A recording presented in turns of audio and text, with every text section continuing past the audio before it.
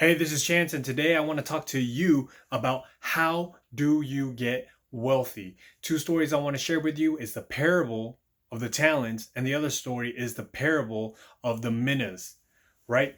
In the parable of the talents, the master gives three servants talents, and talents were a form of money that represented 1 year's wages. And so he gave three people talents. He gave each according to his own ability, right? So he gave one guy 5 talents. He gave another guy 2 talents, and he gave another guy 1 talent, each according to his own ability, right? So one guy had 5 times $50,000 today, $250,000. Another guy, he gave $100,000, and the other guy, he gave $50,000.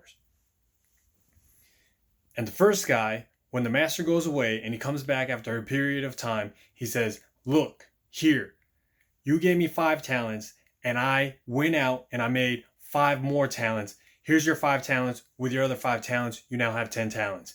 Same thing with the second guy. "Here, you gave me 2 talents. I went out and I made another 2 talents. Here's your 2 talents with your other 2 talents, and now you have four." And then there was the other guy who said, "You gave me 1 talent. I knew you were a shrewd man, and you sowed where you didn't reap.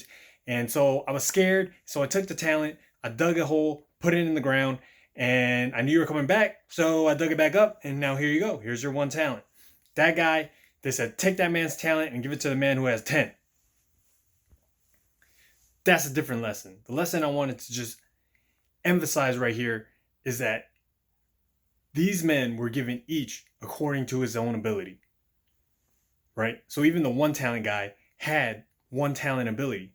5 talent guy had 5 talent ability. But the real important part that I want to stress is that they said, "Look, I have went out and I earned an extra 5 talents for you."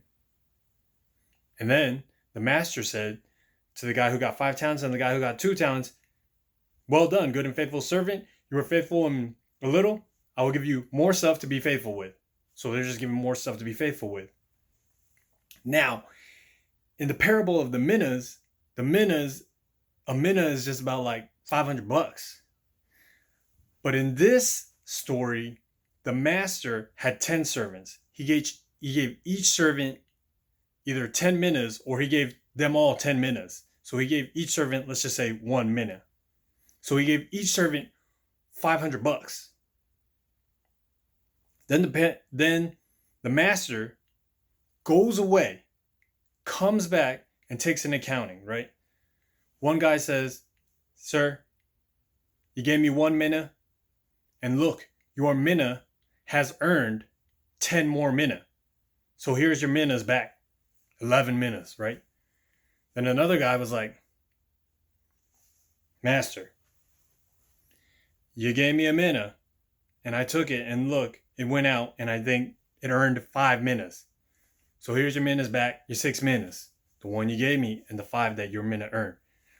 And then another guy, same thing. "Hey, I knew you were a shrewd man, investing, sowing where you haven't been reaping. So I was a little bit scared. I took the mina, I dug a hole, put it in the ground, and then I knew you were coming back today. So here it is, your 1 mina." And I said, "Take that mina from that guy and give it to the guys who's got 10.